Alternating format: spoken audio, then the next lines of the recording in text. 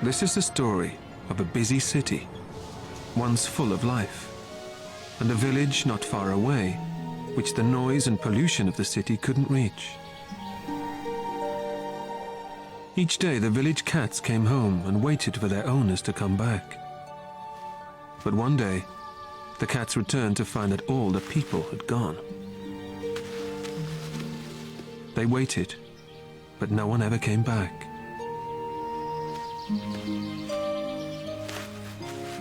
The cats stayed alone in the village, and gradually the wild creatures of the nearby forest began to join them. Together they made it a new kind of home, where only animals lived. It seemed like the best place in the world. Wolves and wild boar all roamed free, because there were no people to hunt them.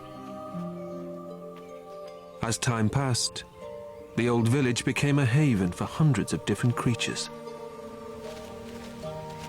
But this place had a dreadful secret. This was Chernobyl, and everyone had suddenly left because of a terrifying event. They were all escaping one of modern man's greatest fears, a nuclear disaster, which had cast a spell on this place, a spell that couldn't be lifted for many thousands of years.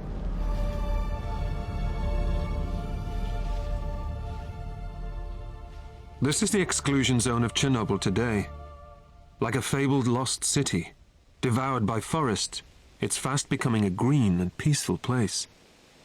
But it will forever be remembered as the location of the worst nuclear accident in history. In 1986, this place was the site of a nuclear meltdown. No one's been allowed to live here for over 20 years, and today it stands as an abandoned testament to the terrible effects of nuclear disaster. The Ukrainian city of Pripyat, now a ghost town, lies close to the border with Belarus, and just to the north of the destroyed nuclear power plant. For the whole of mankind, this place is a forbidden zone. On the outskirts of the city are empty rural villages, surrounded by woodland. Many of these villages have become refuge for an unexpected mixture of forest wildlife and the descendants of Chernobyl's abandoned pets. Where families once lived and children played, there are now abandoned houses where time seems to have stood still. This is a story of some of the animals that have made this forsaken place their home. A place they don't appear to sense is contaminated.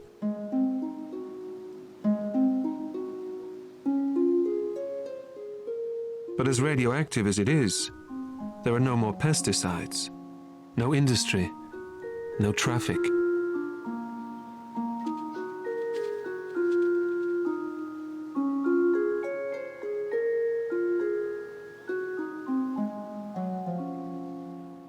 Among relics of a not-too-distant past, this female cat has made a home for herself and her new litter. 3 young kittens, still dependent on her for milk.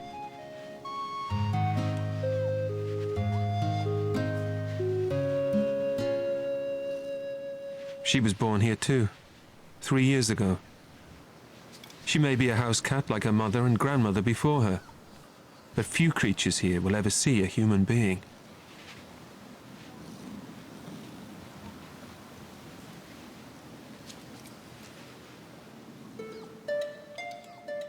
Inside the house, life goes on as normal. But outside, nature has started to make changes. With the people gone, nature is beginning to win back this land. The relentless growth of the encroaching forest is gradually reclaiming the untended gardens.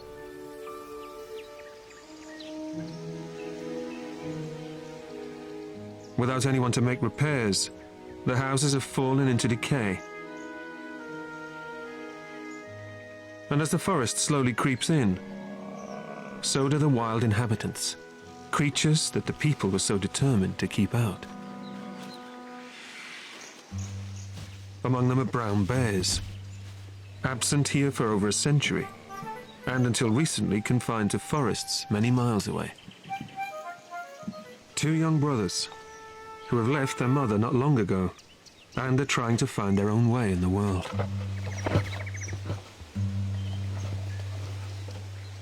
Those might look like bears trying to steal honey from a hive. But they're more interested in any bee larva that might be inside. When the young bears aren't playing, they're hungry. Nearby, there's an apple orchard. The trees here still produce a great deal of fruit, and the bears are keen to take advantage. But his climbing days are numbered. He's far too big for this kind of thing, and there are much easier ways for a bear this big to get apples from a tree. Like brute force.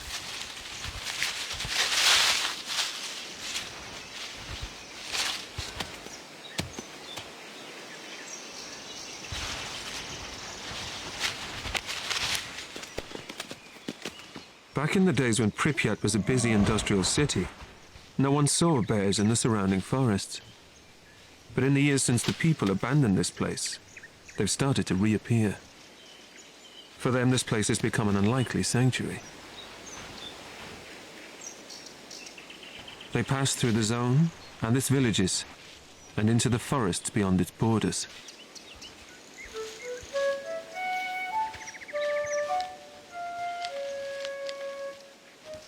And when they visit, they'll take advantage of anything they can find.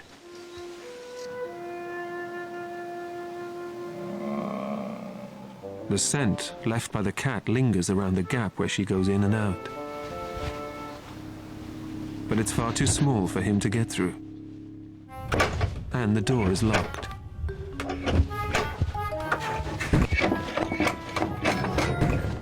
But not for long.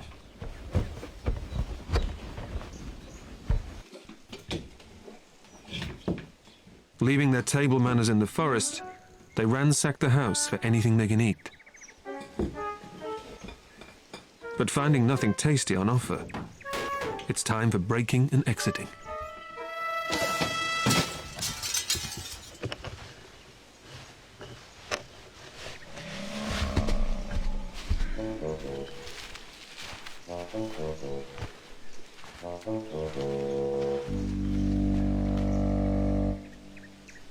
And it's not just bears that have discovered a ghost town can make the perfect sanctuary. Beyond the houses and gardens, numerous other species are beginning to reappear in healthy numbers.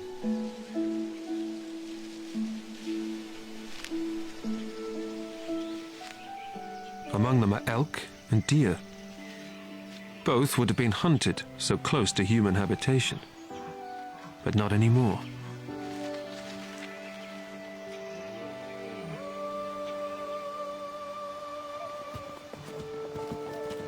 Przalski's horse can be found here too.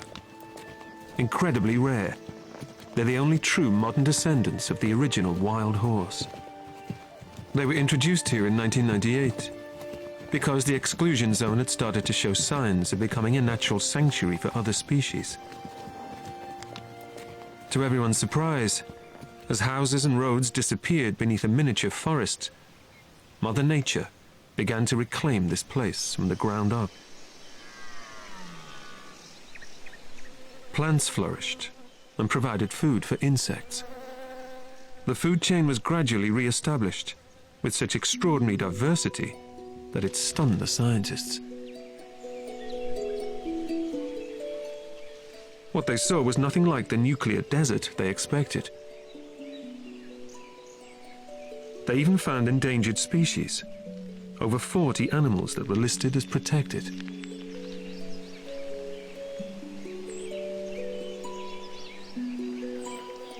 What man had abandoned, nature now embraced to create a remarkable and self-made haven, where, for many years to come, the wildlife can live undisturbed by man, from the smallest pollinators to large grazing species, and even predators like the wolf.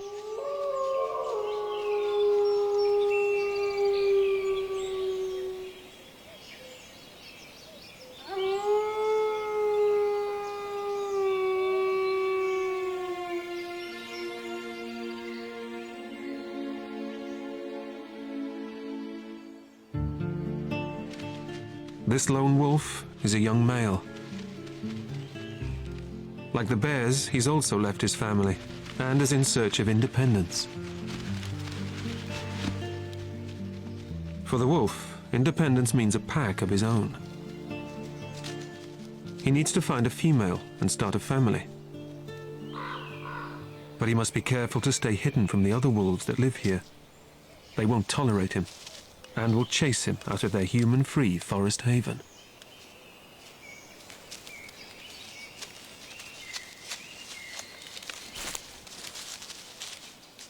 Every acute sense he has is now tuned into his environment, sensing any signs of danger.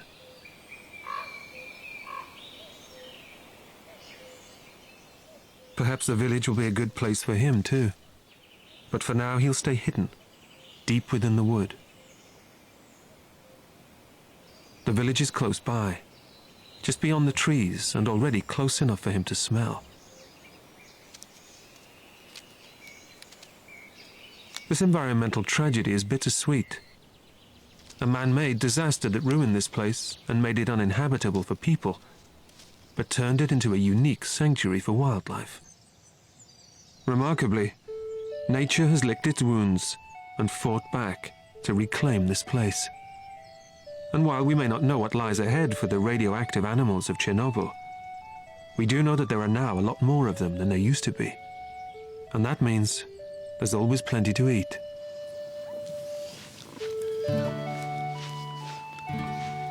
Back at the old house, the kittens are almost weaned. And that means she must leave them alone while she makes frequent hunting trips to bring back food.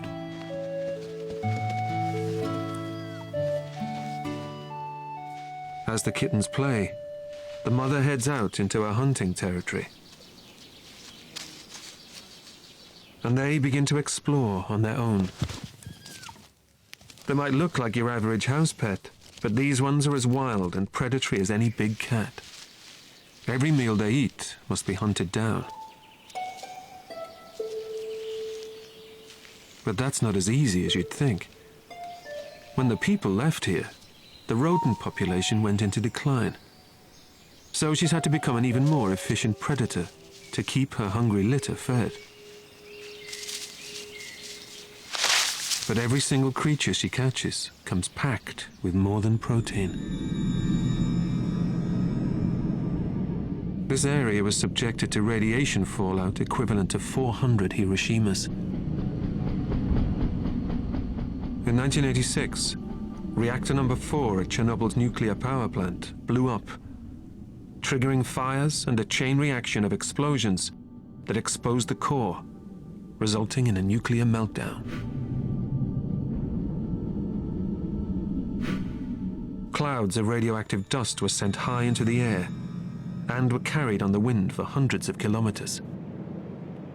In the immediate vicinity of the power plant, this radioactive dust settled in a blanket of deadly fallout, leaving a post-apocalyptic, radiation-soaked dead zone, a deserted city, and an irreparably damaged ecosystem that no one wanted.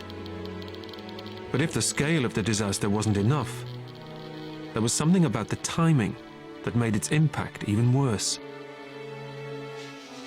It had happened in April, springtime, a time when flowers were coming into bloom, when insects were feeding and in turn becoming food for bigger creatures. Radioactivity is especially damaging to cells that are beginning to divide. In other words, growing organisms were especially vulnerable. The forest floor, with its fresh new growth, soon intensified the ground levels of radiation. The animals of the exclusion zone are all radioactive, but the predicted genetic mutations are extremely rare. One strange phenomenon is the change in sexual behavior of the river's aquatic worms. They used to reproduce asexually or alone, but they've started having sex with each other. Sexual reproduction may strengthen genes that could protect them from radiation damage. Chernobyl's wildlife may be more remarkable than we think. The cat is now making her way home with a fresh kill. It's another vital meal for her litter. But everything she eats, and everything she brings home for her kittens, is laced with radioactivity. For their size, rodents contain higher doses of radiation than larger mammals. This is because they spend a lot of their time close to the ground and in burrows where the concentrations of radioactivity are still high. Just like a big cat, she brings back live, plutonium-packed prey for her kittens to play with, teaching them how to hunt. Radioactive elements actually behave much like nutrients. They accumulate as they pass up the food chain. Everything from insects to plant eaters experiences a buildup of radioactivity, becoming concentrated in larger predators.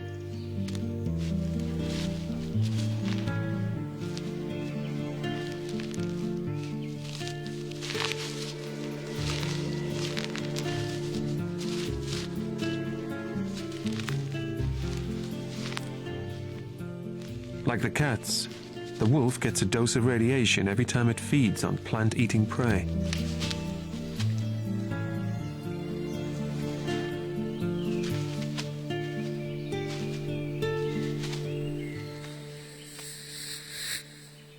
One fast track for radiation entering the food chain has been through fungi.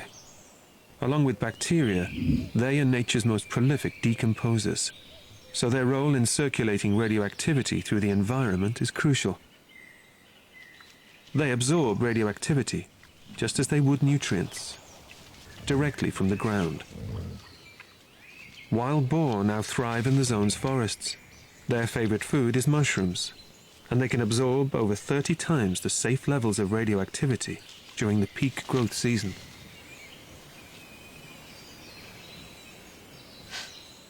As he sleeps off his travels, the wolf is woken by the sound of mushroom-digging boar.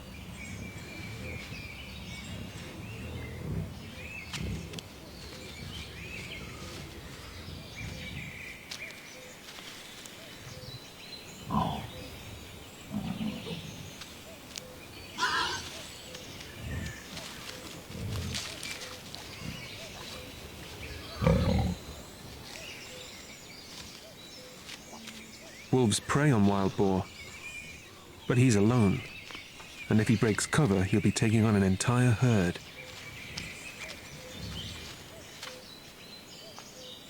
Despite the fact that wild boar feed on mushrooms, they have immense power and sharp tusks, making them extremely dangerous. They could easily fight off a lone wolf. He keeps quiet and stays hidden, waiting for an easier opportunity.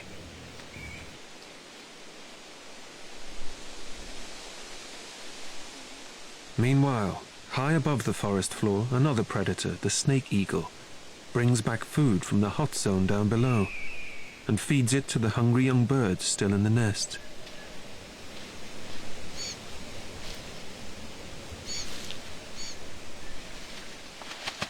There are now 270 different bird species nesting in the exclusion zone, and 180 of them are now breeding intensively. A spontaneous animal population boom in a city purpose-built as a great human achievement.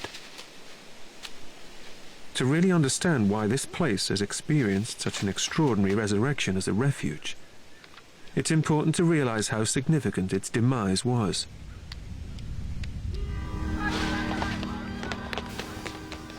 This is a city that has become a monument for disaster. Pripyat lies right next to the site of the doomed nuclear power plant at Chernobyl. From its houses and apartments, schools and businesses, 50,000 people were forced to flee. Pripyat was one of the youngest of all cities, built during the 1970s, but it was also destined to be the most short-lived. Nothing left Pripyat apart from its residents. They were permitted few possessions for fear of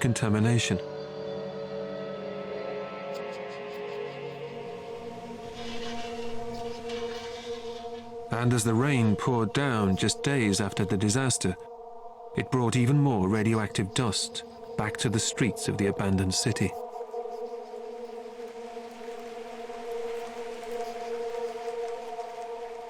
In the days following the disaster, a 30-kilometer radius of a post-nuclear badlands was established to isolate it from the rest of the world.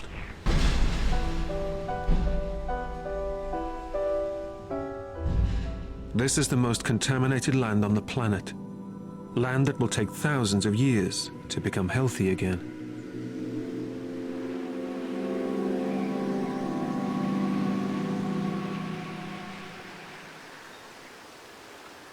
But signposts and warnings don't keep animals out. The so-called zone of alienation became a magnet. But the legacy of its human past will influence the way the wildlife survives here for many years to come. For bears that come and go in and out of the zone, there are regular stop-offs at the empty buildings.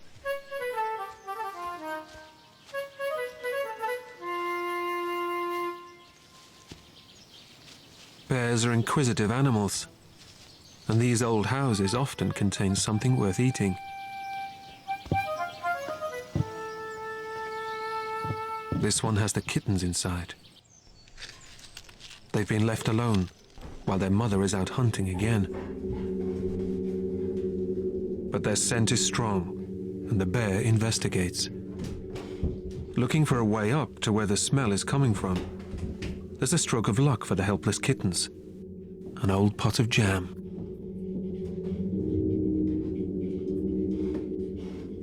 It distracts the bear just in time, and the kittens have a narrow escape.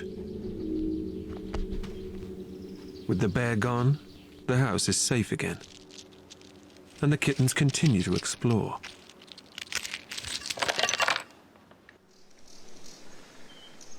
Meanwhile, their mother, oblivious to the dangers her kittens have been facing, is doing what she does best, searching for food, always on the lookout for an opportunity.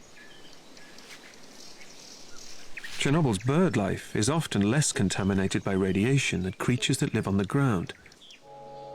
But it was a species of bird that showed a genuine case of mutation after the disaster. Some barn swallows produced white rather than red feathers under their chins. But it appears to have been unattractive to other swallows, and the mutation died out. Other mutations have been brief too. Mutants are often weaker and make easier targets for predators. Life in Chernobyl really is about survival of the fittest. As the cat travels through a surprisingly green post-nuclear landscape, it's hard to imagine this forbidden zone with a silver lining. But the resurrection of Chernobyl's wildlife was so unexpected that it left environmentalists heartened by nature's triumph over man's most terrifying and self-destructive of deeds. While she's making her journey, it's also time for the kittens to start fending for themselves. They make their first unaccompanied steps from the safety of the old house. They combine the spirit of adventure with a serious lack of experience, and it's extremely unlikely that they will have much success in finding anything to eat on their own. At best, they must try and stay alive.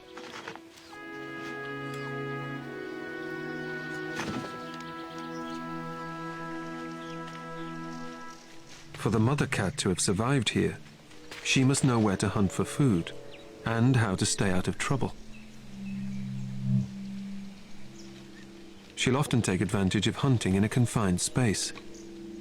Such a strategy takes her into the derelict buildings that were once the schoolhouse. Among the debris scattered around are the children's gas masks.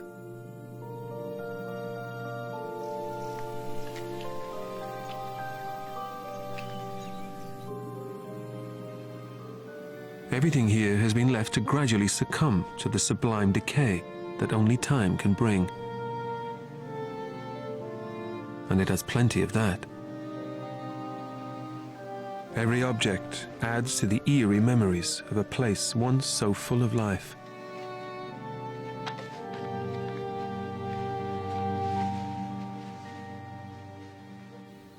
Meanwhile, our young ones are still heading further away from the safety of the house. They've stuck together, moving as a little pack. But without their mother, they've no sense of the danger they may be heading into.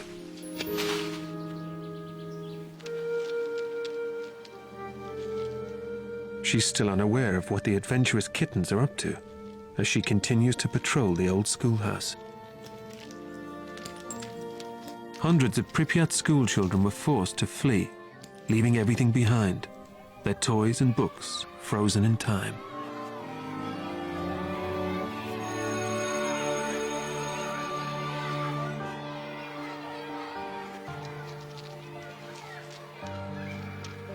She scours the gymnasiums and kindergarten playrooms. These old buildings have remained a stronghold for the rodent population, with plenty of places to make a nest.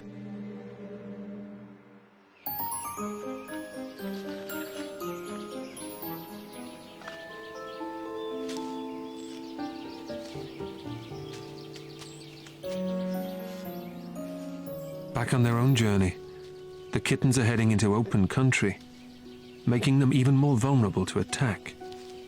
Not from predators lurking in the shadows of the old building, but anything that's watching from above.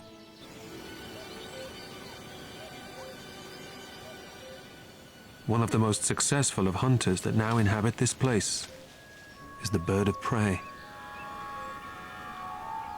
There are so many small mammals here that they've become incredibly successful.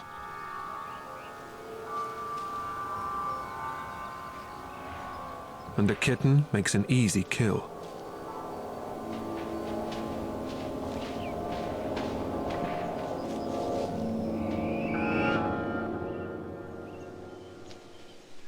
As one of her kittens becomes prey, their mother is about to make her own kill.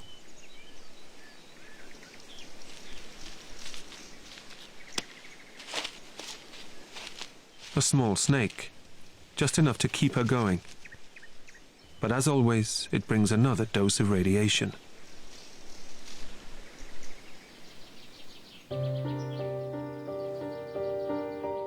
After her journey, she's finally returned to the old house to check on her kittens. But she soon makes a disturbing discovery. She's returned home to find an intruder lurking around the family home. The lone wolf has finally reached the village and is starting to explore. The forest wolves seldom venture this far into what was once the human world. They're far too wary. But for our wolf, that could be an advantage. He must keep hidden from the other packs. And this might be just the place to do it.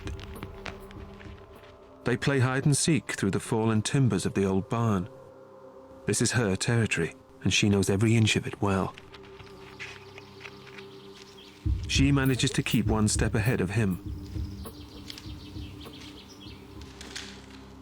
She needs to find her kittens before he does.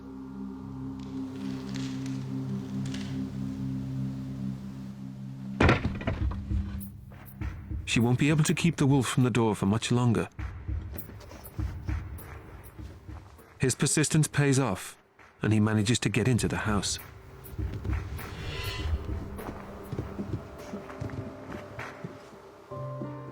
If they stay high, he'll never be able to reach them. The mother cat leads by example and keeps her nerve. While she's here to watch out for them, they'll have the best chance of staying alive. Eventually he gives up the search, but he's found a new home. Next, he'll need to find a mate. While he's gone for now, he'll almost certainly be back. His arrival means they must leave. She's down to 2 kittens now, and she can't risk losing another one.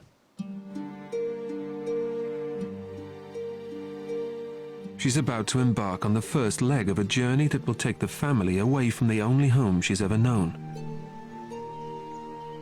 The house where she was born and where she grew up.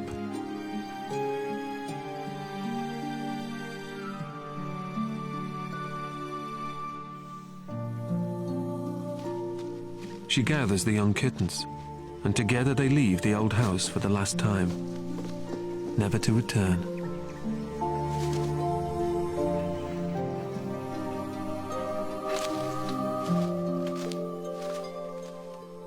They make their way to the outskirts of the village. They're heading towards the forest, a place she's been many times before. But it's a strange and unfamiliar world for the kittens.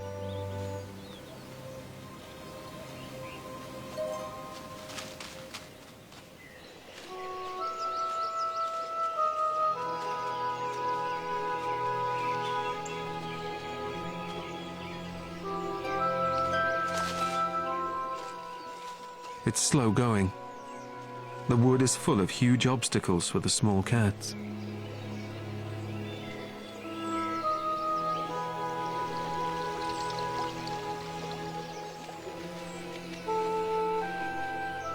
Sticking close together, she makes sure they're never far behind. And gradually they start to find their feet as they cross the streams and rivers following her lead.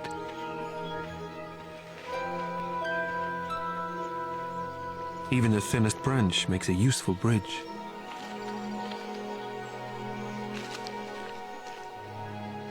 The forest is full of creatures they've never seen before. A pine marten, just emerging from its tree trunk nest.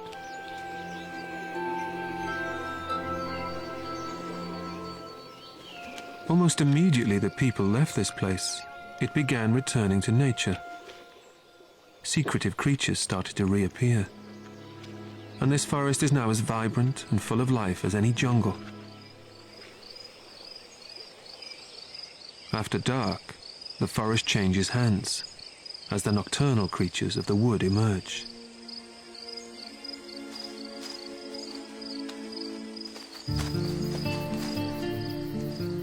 It's the domain of our lone wolf, a stealthy nocturnal hunter. His sight and sense of smell provide a crucial sensory picture of this cluttered world. He moves silently through the forest, listening for anything that might lead to a meal.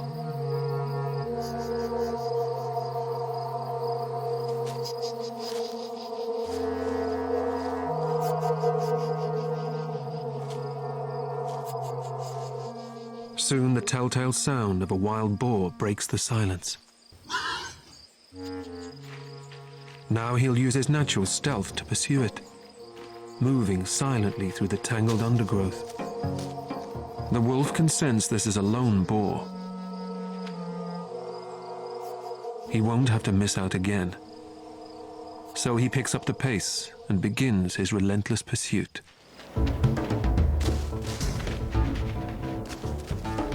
This forest is a place where the natural balance of predator and prey has been re-established. The natural predators are the only hunters left here now. It may be a radioactive food chain, but they are at the top of it. It's not just the human evacuation that keeps so many wild creatures here safe from the hunter's bullet, but the knowledge that the flesh of these creatures is contaminated by radioactivity. It's a bizarre but highly effective deterrent.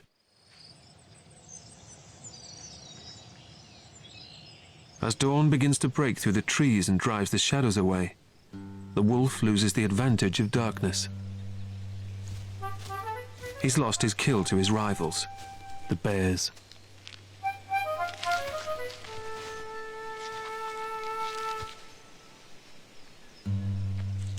With these two around, nothing is safe.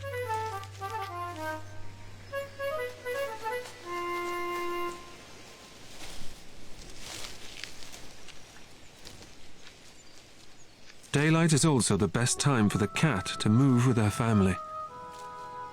Her kittens are far too vulnerable at night.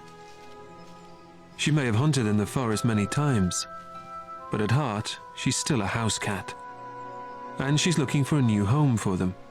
But the temptation of shelter the other side of the field means crossing open ground with 2 kittens. These open stretches are patrolled, as always, by birds of prey. Once again, the kittens run the gauntlet. But this time, all make it safely to the other side.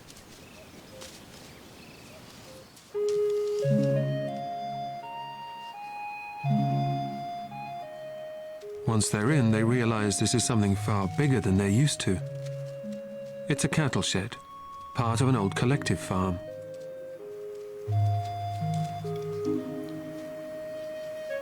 These sheds once housed hundreds of cattle. Now they're shelter for the growing rodent population. And an ideal place for her to keep up the training regime for her still inexperienced hunters.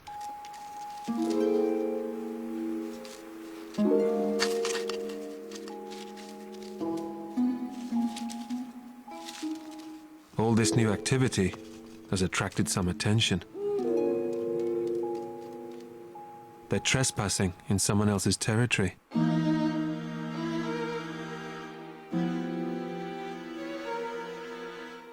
The owl has been watching the cats from the moment they set foot in here.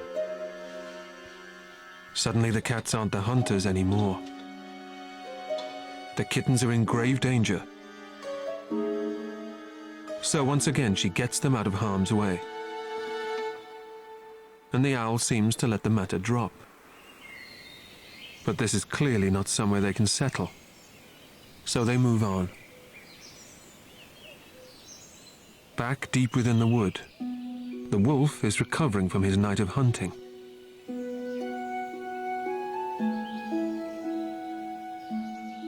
But he still needs a mate to start his own family with.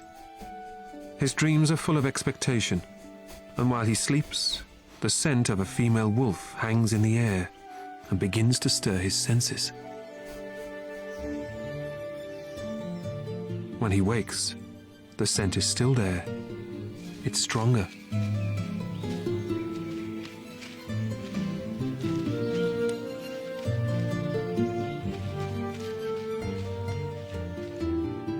Now he's tracking again, not to hunt this time, but to find a female.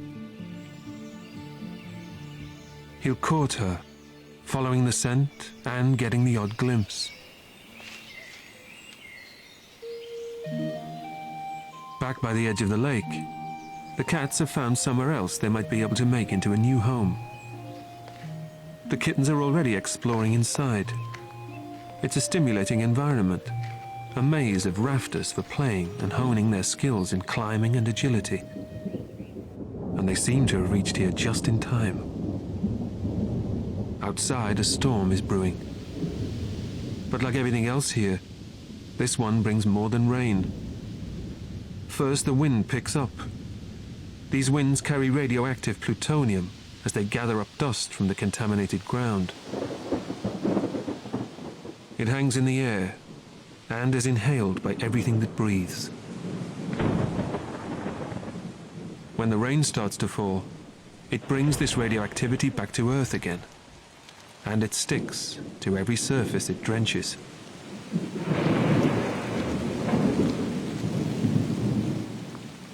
As the storm intensifies, thunder and lightning drown out the relentless beating rain.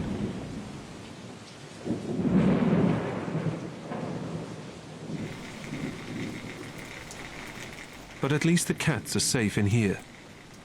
As safe as houses. It doesn't rain here for weeks on end.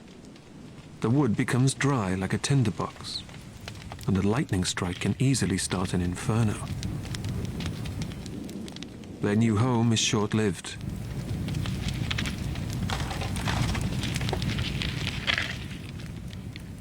The cats have escaped with their lives, but they're still homeless.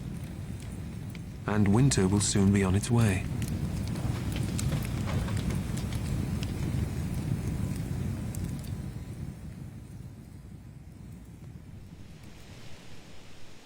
It's another setback in her search for a home.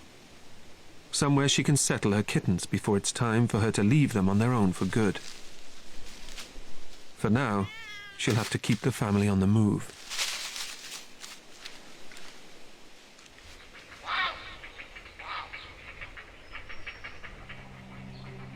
As they start to make their way further along the banks of the river, they come across yet another abandoned scene from Chernobyl's catastrophic past. The rusting remains of what appears to be an old harbour. Many of these boats were used in the cleanup operation after the explosion, bringing in vast quantities of sand that were poured into the flaming reactor. After the disaster, they were simply left here for fear of spreading contamination to the outside world.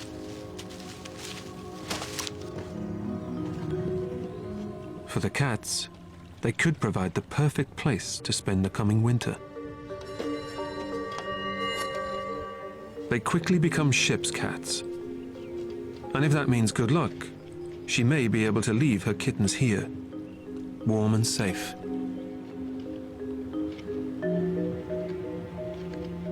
Her time looking after the kittens is almost over. Soon she will have to leave them for good. They are the latest generation of feral cats born in the ghost town of Chernobyl, where year after year passes with only the seasons to make changes to the landscape.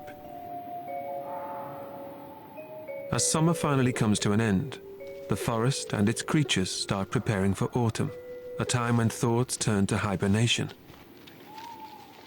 The two bear brothers have had a good summer. They've eaten well, and they've grown in size.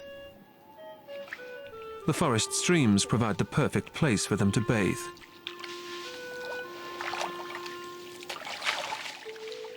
Bears will sit like this for hours, but here they stir up the radioactive sediment and it sticks to their fur. And during the winter hibernation, they're exposed to more radiation as they move underground. As they excavate the earth to build their dens, they uncover the shallower soils where most of the radioactivity is still stored.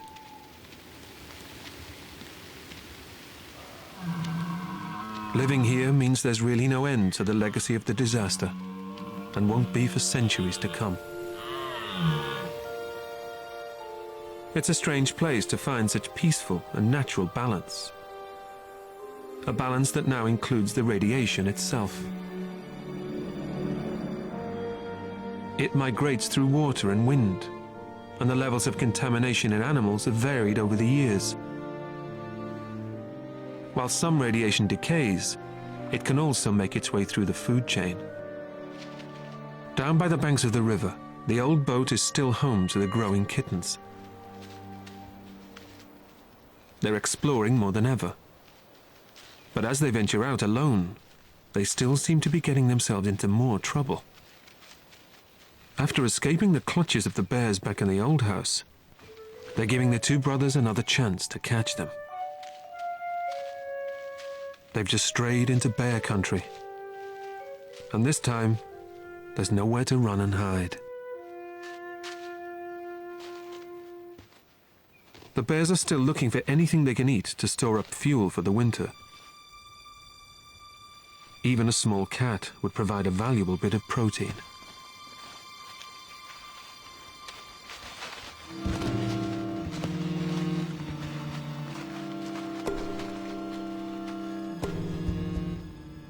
Yet again, the kittens make the wise decision to gain height. Their 9 lives are fast running out.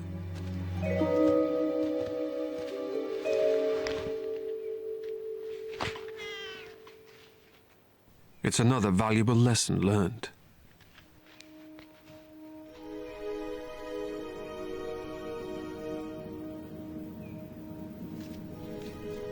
As winter sets in and the temperature drops, the zone is transformed by a pure white blanket of snow. In contrast to the city, choked with vegetation, the forests of this exclusion zone are a spectacular and natural wilderness.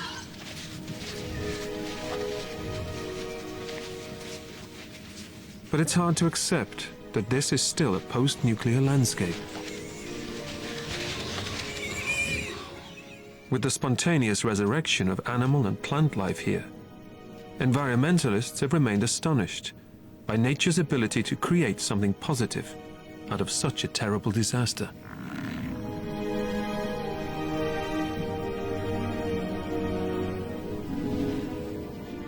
But this natural balance might only be part of the story.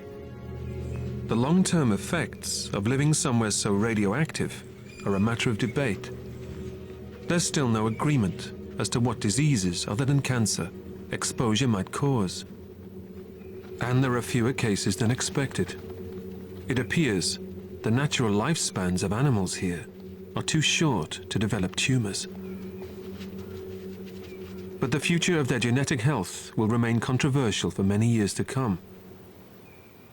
Until then, we have the stories of creatures that are thriving here, like the cat family. The boat is now deep in snow, and the footprints leading away into the distance belong to the mother. She travels for some time on her own, moving faster now without her kittens. The journey has taken her far from the village, and all the way to the border of the forbidden zone.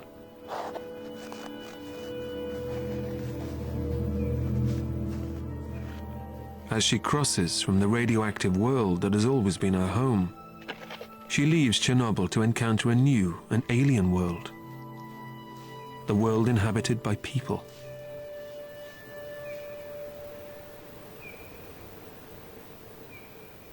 Back deep inside the zone, there's a change of ownership at the old house. The wolf has taken over this territory. Independent at last.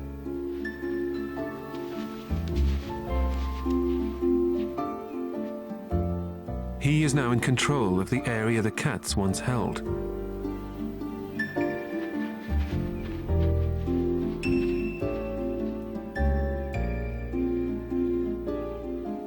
But the lone wolf is not alone anymore. He's settled down with his mate. And it's here they'll bring a new generation of Chernobyl wolf cubs into the world.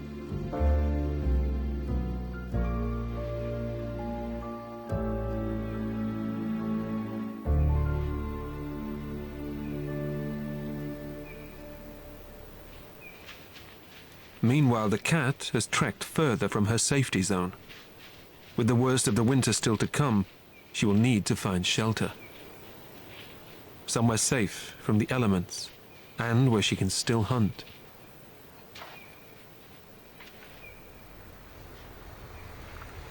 Suddenly there's an unfamiliar noise, an unnerving and bewildering sight.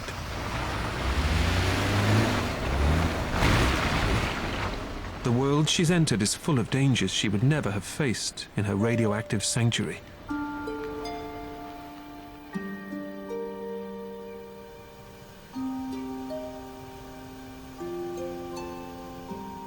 After struggling through deep snow for mile after mile, she finally sees the shape of something familiar. The house looks very like the one she's left behind, but there are signs that this one may not be empty. She may not know it yet, but this is going to be her new home. And unlike the one where she was born, this time the owner will come home. She's about to become a regular house cat.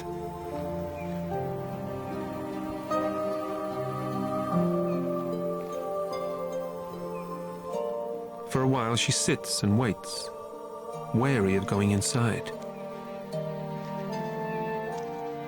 Hers is a story that tells us how nature can triumph, even where man has done his best to destroy it. It's a story that could have happened anywhere.